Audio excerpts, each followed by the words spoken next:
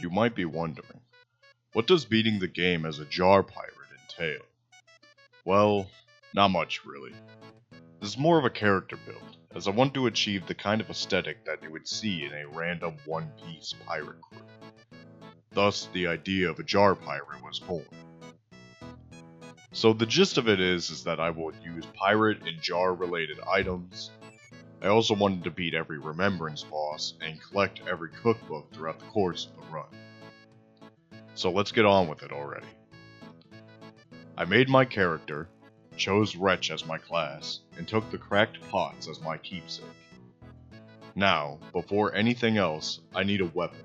And I set my eyes on probably the most piratey weapon in the entire game. The Rusted Anchor. This is a decent great axe that deals pierce damage, and is considered one of your generally better options if you intend on doing a great axe build. However, much like real life, anchors are pretty heavy, and require a great deal of strength to wield. I would require many levels to attain the strength necessary to use it. Luckily, I knew exactly where to get them. I went to everyone's favorite early game rune farm and whacked away until I was awarded with my well-earned and totally balanced 38,000 runes. This was enough cash for Mac to afford a gym membership and a pair of pants. After that, it was as simple as going to Morn Tunnel and killing this guy and claiming my prize.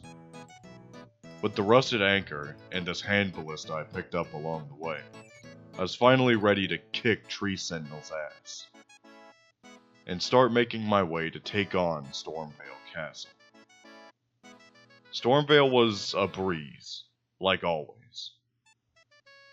This and Landell are likely the legacy dungeons that I am most well acquainted with when it comes to the enemies and generally how to progress through them. But for whatever reason, I still took my time when it came through to going through and dispatching the enemies. Hell, I even spoke to Nefeli Lu, Warrior. I'll admit, I haven't done a playthrough of this game in about a year, and this castle sort of felt like the training wheels as I was getting back into the swing of things. This was especially obvious as it actually took me a few tries to kill Godric, who was probably the boss I was most practiced against in the past. But whatever, I'll push that shame and embarrassment deep down, because now it was time for me to get some new drip. Before progressing further, I did some miscellaneous stuff in Limgrave that I had forgotten about previously, collected some cookbooks, freed this handsome jar from the hole he was stuck in, and after this, I was off to Liurnia, land of wizards and shit. Shortly after my arrival to this marshy forest, I heard the cries of a woman in need. Normally, I would ignore these types of things, but she had said a brigand had stolen her locket. This could not stand. The Pirate Code of Ethics clearly states that a good pirate will never take other people's property. I vowed to retrieve this locket from her, even if I had to cross every ocean and walk across every continent. Luckily, I had to do neither of those things, as the man was just a short jaunt away from Ryan. What are you looking at? You trying to start something, mate? Yeah, asshole. There's a lady up the road who says, wait a sec. Is that Prawn? I see. You want some of me prawn? Freshly cooked it is. All right then. It's yours. If you can meet me price. Yeah, we're pretty chill now. Bogart here would be a pretty important part of this run, as I had generally really low defenses for a good part of it. The boiled prawn and crab was immensely helpful in preventing big damage from various bosses there. Unfortunately, there wasn't much equipment for me to grab here, as most of the items in Liurnia support an int build. But I had heard rumors of a village made just for Jones. I figured I could find more pots for my collection, and if that wasn't the case, I could at least hang out with my people. I set off, searching high and low for this hidden village, until I spotted it at the bottom of a cliff. It's so peaceful here. When I become king of pirates, I want to make the world a better place for people like this. I hope nothing happens to them while I'm away. Foreshadowing is a narrative device. While Liurnia is pretty barren in terms of equipment that I needed for my build, there were many important quest lines to start here. Ronnie is needed for a remembrance, and the first half of the secret Halic tree medallion can also be found over at the Albinoric village. So before doing anything with the school, I took care of both the village and Caria Manor, while also picking up all the cookbooks that I could find around. The Albinoric village was also a very important part to the run, as it is by far the best place to farm mushrooms, for which I would need about 1 million in this run, due to all the jars requiring mushrooms. After this, I grabbed the key to the school and started making my way to Renala, Queen of the Full Moon.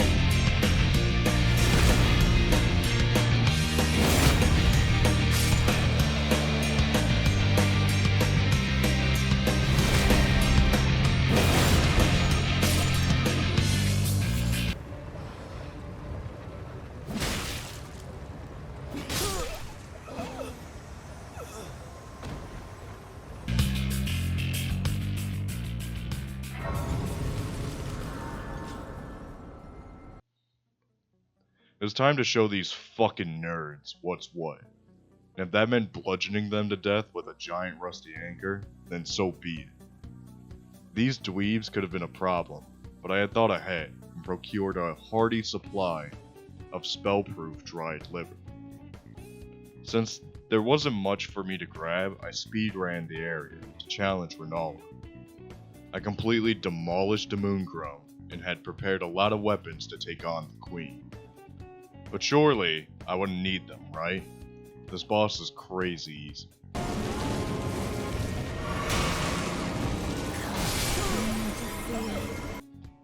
I forgot that can happen. With my ego thoroughly bruised, I took her on again and managed to beat her using my tools. See, I don't know if you guys know this, but she's actually super weak to tetanus. For the most part, I was completed with what I needed to do in Liurnia, and it was time for me to move on to Altus, where the real game could begin. Despite having the medallion, I decided to go up through the ruin-strewn precipice, as there's a lot of upgrade materials you can grab here. Very useful if you're doing a non-somber weapon build. After the fight with the lizard who really needed atones, I was finally on my way to the gilded fields of Altus.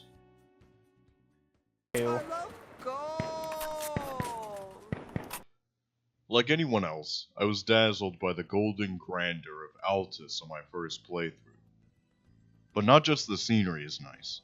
Altus is host to a lot of the game's legacy dungeons, as well as plenty to do and quests to progress. Unfortunately, Altus was nothing more than a transitionary area for me, as in this playthrough I had very little that I actually needed to collect in this region. My real goals at the moment were to collect the jar cannon and face off against Radahn.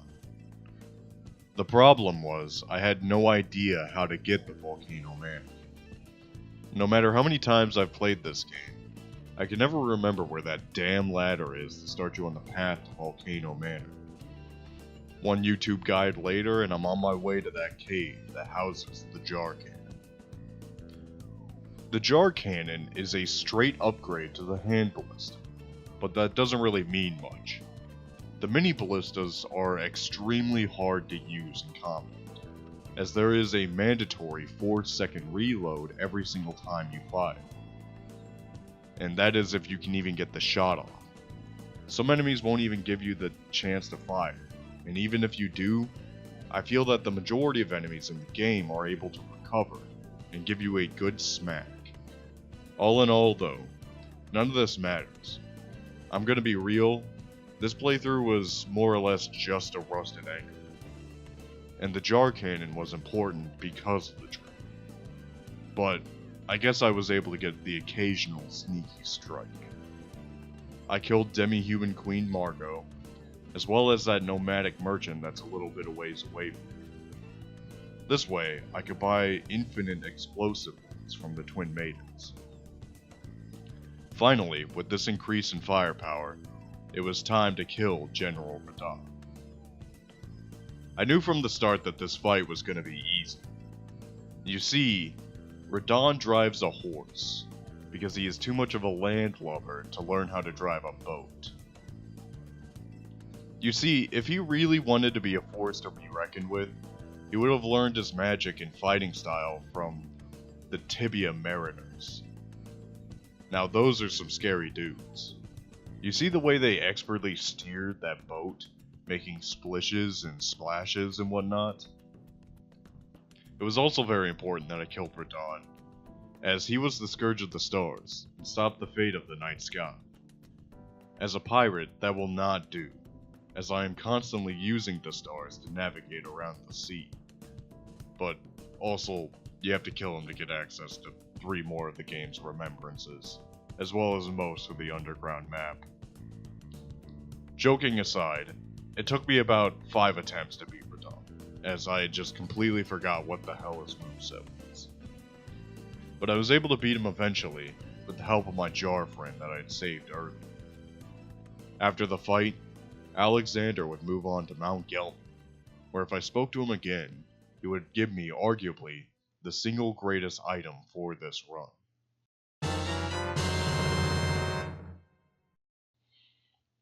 The jar helmet is the symbol of a jar pirate, and after obtaining it, my drip was almost complete. My next big goal was to complete my outfit and take on Morgott at the foot of the Earth Tree. Now, while I said earlier that Lane Dell is likely the legacy dungeon I'm most familiar with, it's not because I'm a big fan of it. While I don't hate it anymore, I just don't find it that fun to traverse. The reason for this is that the first 4 times I ran it, I got horribly lost, and it ended up spending about 3 hours each time wandering aimlessly through the streets. Now, unless I have an item that I need to grab, I have a set path that I take that will get me through this fucking place quick and easy. I've done this the last 3 playthroughs of mine, and if you tend to get lost in the city as much as I do, I would recommend this short and easy path that I developed.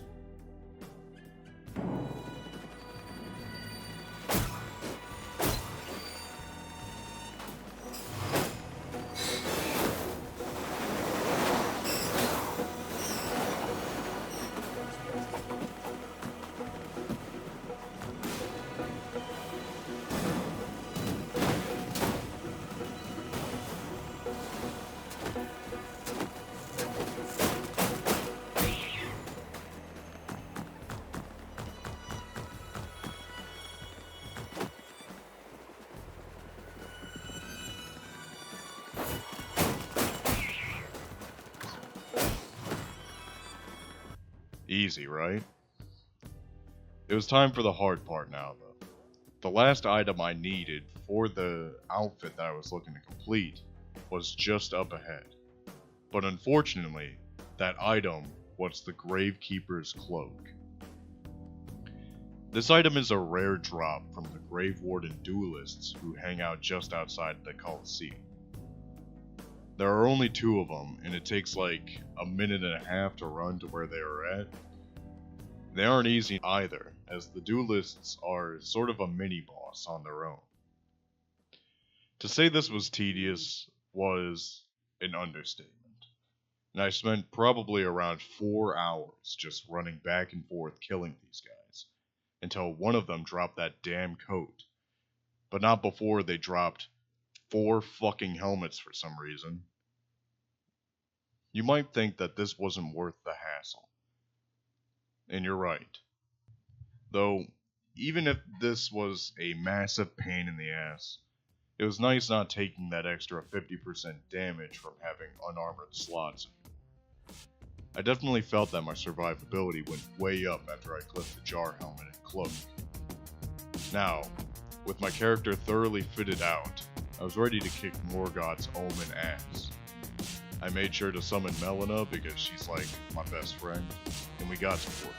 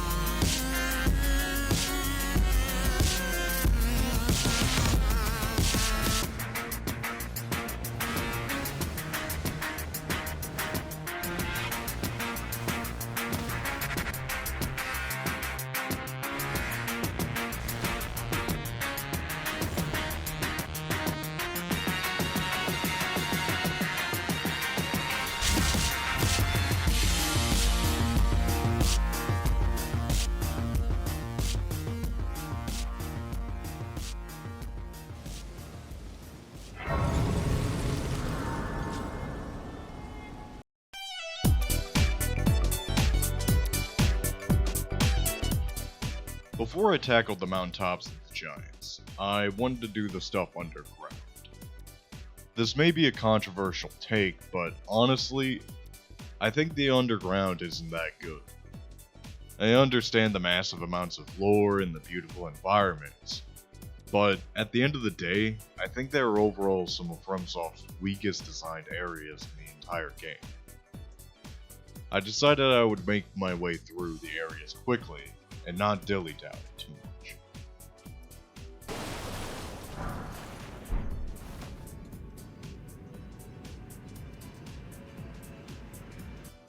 Once you light all the braziers, you get access to the second hardest boss in the entire game.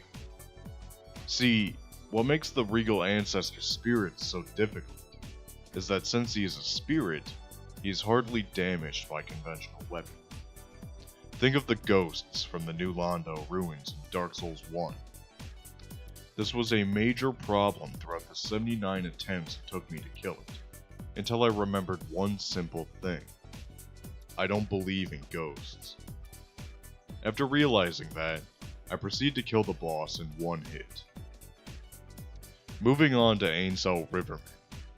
And man, if I would say that I'm not a fan of Nokron, then you gotta believe me when I say I'm a professional hater when it comes to this collection of areas. It is just nothing area after nothing area after nothing area, all culminating in the Lake of Rot. a nothing area that also gives you Hep C. These areas suck, which is a massive shame since you hear so much about the ancient city of Nocstella and the Lake of Rot from various sources. But when you actually get to see these areas in game, it's a straight fucking line forward. In terms of level design, I know I can't harp on it too bad. As a man who's played every single Souls game, I've experienced the worst level design FromSoft has to offer. At least Estelle is pretty cool.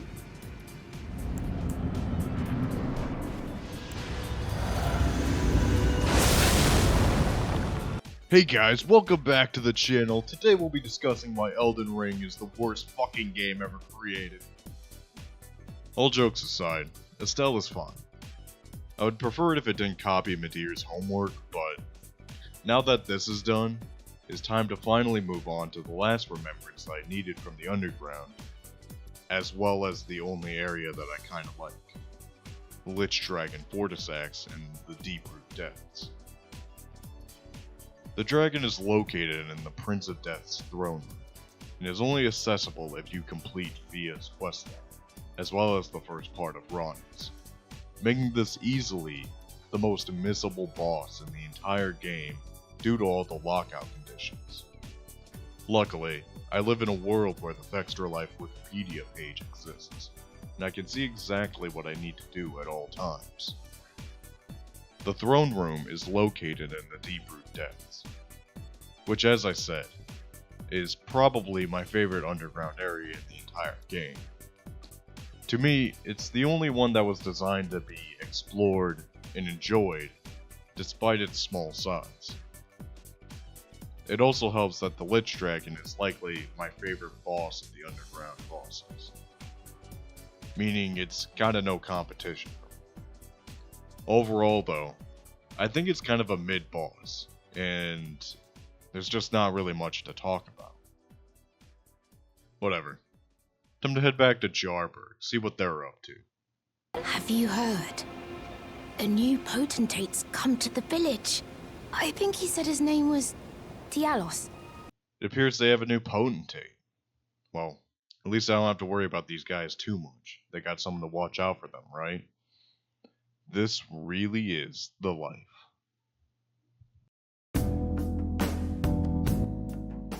It's pretty cold up here, right? I think after all this demigod slaying, I'm due for a nice vacation to some warm and sandy beaches.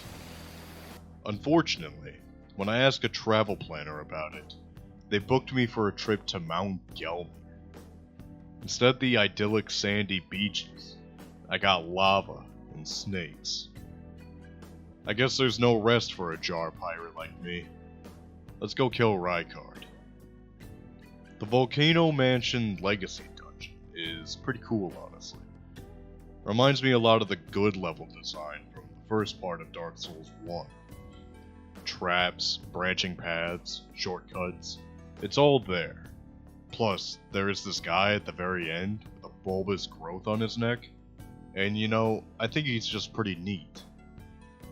Normally, I don't engage with the Legacy Dungeon too much, as there's not a lot of cool stuff in here, and honestly, I prefer to skip it by doing the assassination contracts for that straight pass to Rykard. However, this time, there was a very important item near the end of the level that would supercharge my build and the damage I was dealing. Now, I'm sure you've noticed from the footage that I've been using a very heavy-hitting poke build through the course of my playthrough so far.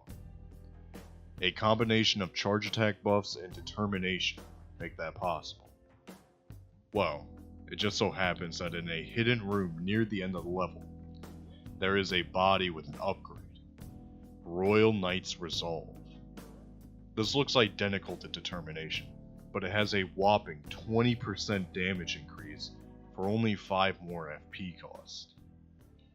With this collected, my build would be complete.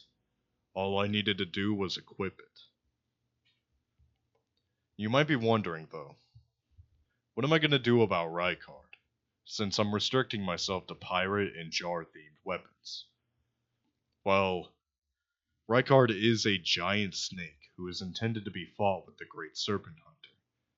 And I figured since pirates use spears and harpoons all the time, especially against giant sea monsters, it would be alright to use the Great Serpent Hunter this one time. It was time to summon that ancient rage mariners had for sea monsters, and start stabbing at this thing like my name was Ahab.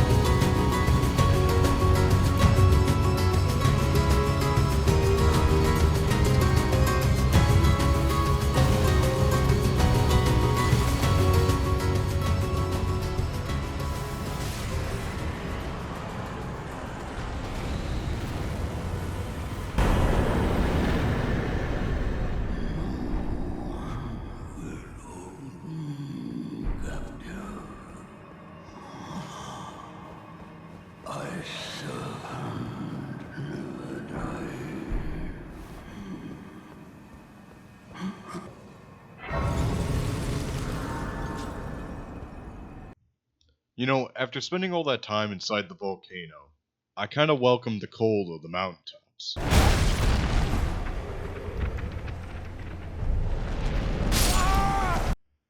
The mountaintops is widely debated on whether or not it is the worst area in the game. What's my opinion on it? Now see, the objective is to assault Castle Sol to obtain the second half of the Halic Tree Medallion, which you likely have forgotten about, as it was a very long time ago that it was given to you. It was so long ago, in fact, that I forgot to get any footage of me doing the Commander Niall fight, or me losing 200,000 runes to the sword lions in the courtyard. Welcome to Ordina, the liturgical town. After completing the very short puzzle needed to activate the Waygate, I did a stupid slow walk up the stairs, and was on my way to the Halic Tree to fight Malenia.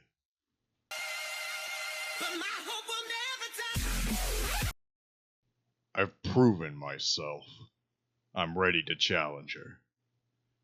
The Halic Tree is my favorite legacy dungeon in the entire game. While it is also just a straight line forward throughout the entire dungeon, it just feels really cool to scale down this massive tree to fight a god at the bottom. Unfortunately for me, however, I was level 95 when I started. Throughout the entire dungeon, enemies were just pushing my shit in. It also didn't help that for some reason, I could not stop jumping off ledges to my death. I lost around another 1,500 runes throughout the course of the Halic Tree, meaning that with this severe lack of levels, my only hope against Malenia was to get good. Okay, typically I considered the beginning to be the hardest part of the Halic Tree. Certainly, it will get easier from here. But I was struggling, man. I guess that is to be expected when you start the hardest level in the game unprepared and underleveled. I initially tried to fight my way through and eliminate all the enemies, but as you can see, this was clearly a bad idea. So I wised up, equipped Bloodhound Step, and proceeded to dash through. My only goal was the Dragon Crest Great Shield Talisman, as I figured I'd get a lot of use out of that. And wouldn't you know it, I was already at Melania's boss fog.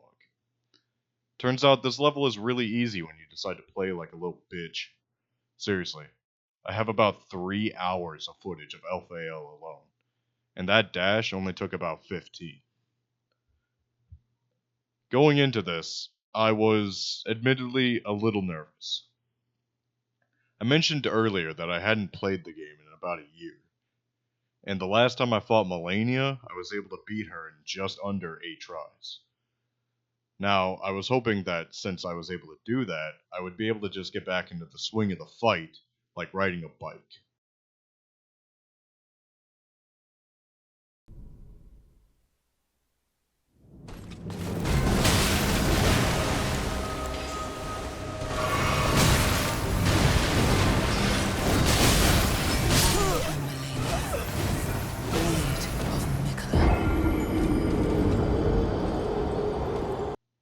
Yeah, this was not the case.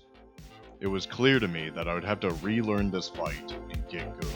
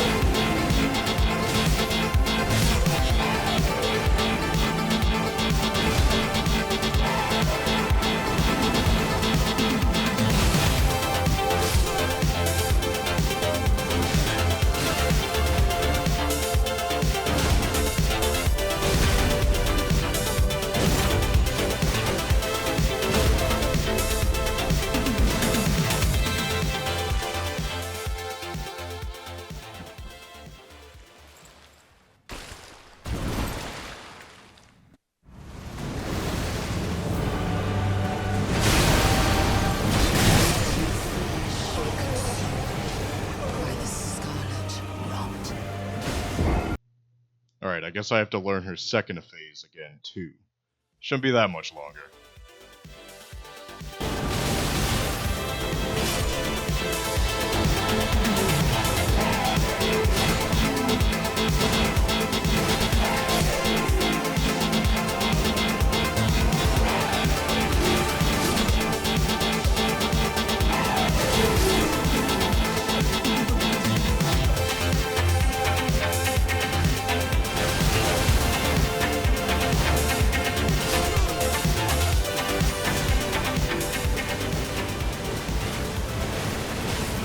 Damn it! I can't win. I just can't do it. I'm never gonna beat her. What was that? Of course. If I give up now, I fail all of my friends. Alright, bring it on.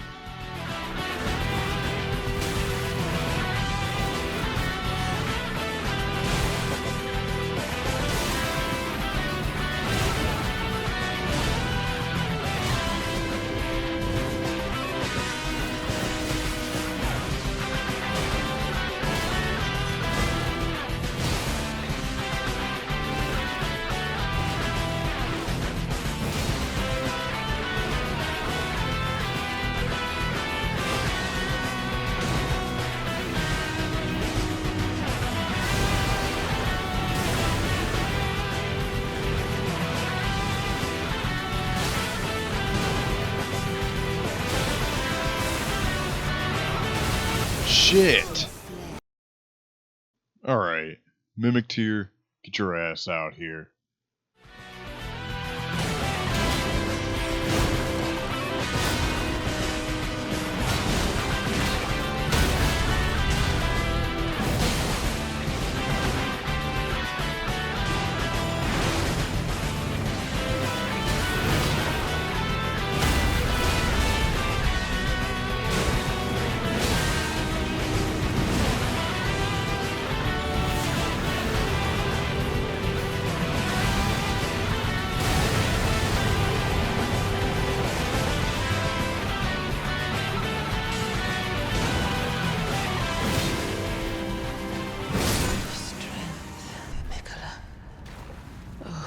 Dearest Mikola, my brother.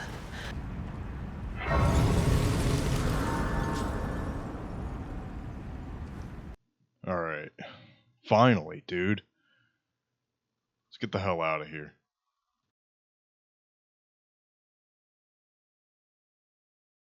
After that very honorable win against Melania, I figured I would have no issues with the rest of the game.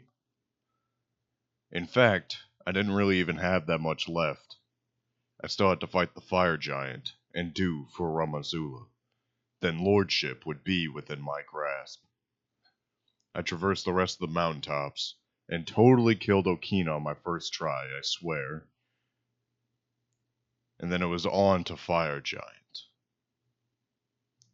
Fire Giant was a simple task for the great Alexander and I. He could not withstand the flurry of blows we were landing on him. We were able to punch through that stony flesh of his, and with teamwork, we were able to defeat this living legend. Off to the Forge of the Giants. This is where Melina wanted me to take her.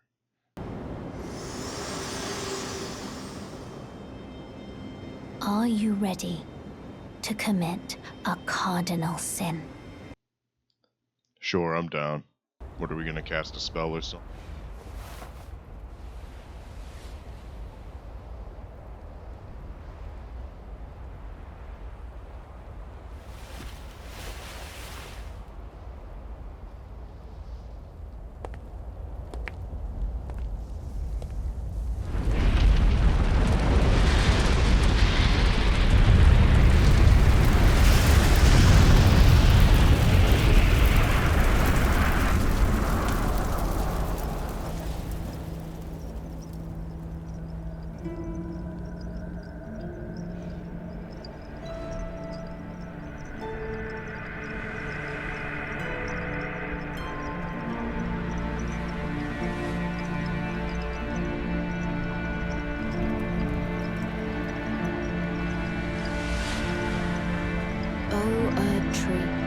You shall burn.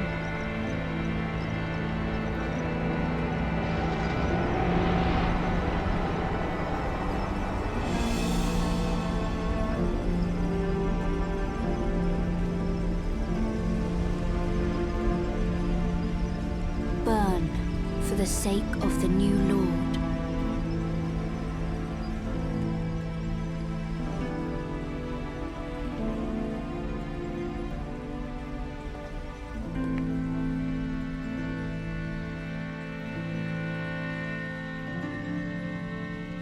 Thank you for guiding me here.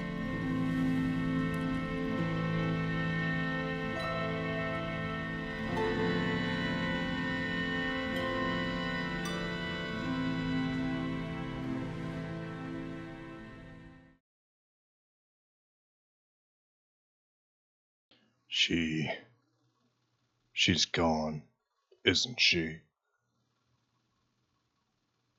I can feel her absence.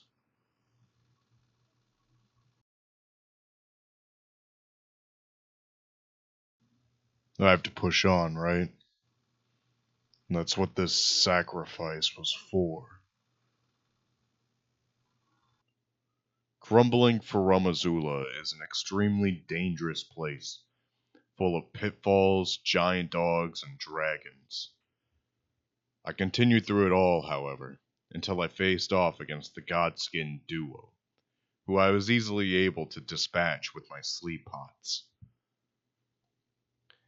Before I explored more of Crisis City, I wanted to head back to Jarburg, to mourn my loss and celebrate my achievements. Just a little. What the hell happened here? Oh, Cuz, I'm glad you came. But we're fine now. Dialos fought the poacher, though quite a lot of us got broken. I won't cry, though. I'm a warrior, Jar. A warrior.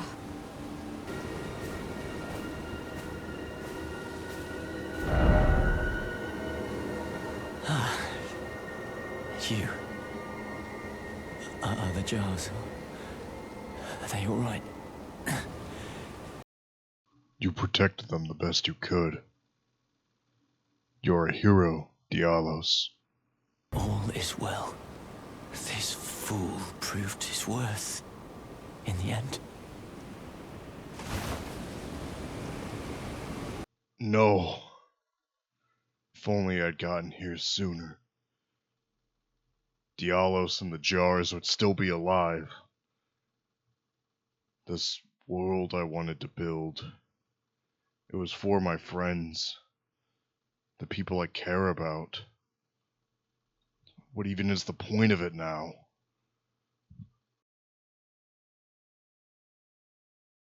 Tarnished one. Aspiring lord of the old order. If you have known sin, if you grieve for this world, then yield the path forward to us. To I, Miquella.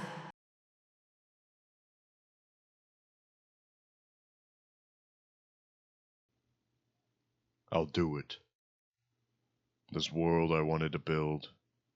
The new age I was gonna create with my lordship. It's nothing now. My friends are what mattered. They were who I was fighting for. Without them, it's meaningless. The first step in Miquella's plan was the dispatch of Mohg, the Lord of Blood. Now I could do it the boring way and find that secret waygate in the consecrated snowfields, and make my way through all the blood, shit, and piss until I reach Mohg. But I would rather do it the cool way, and complete Vare's quest to become a Knight of Blood, just so that I could immediately betray them after the ceremony. Get fucked, Vare. Now, Mohg is generally considered one of the hardest bosses in the entire game, but luckily, I had an ace up my sleeve. This is pretty well known, but Mohg is weak to bleed, so if you equip a bleeding weapon with the weapon art Spinning Slash or Wild Strikes, you can easily kill him before he starts his second phase. Here is me doing it right now. What a pussy, am I right? Huh. Were you guided here by kindly Miquella? I am Leda. And like you, I was guided by faith along his honorable path. Touch the withered arm, and you too will be transported to the realm of shadow where Miquella the Kind now dwells. Miquella. I devote my strength and jars to your new world. Anything to save my friends.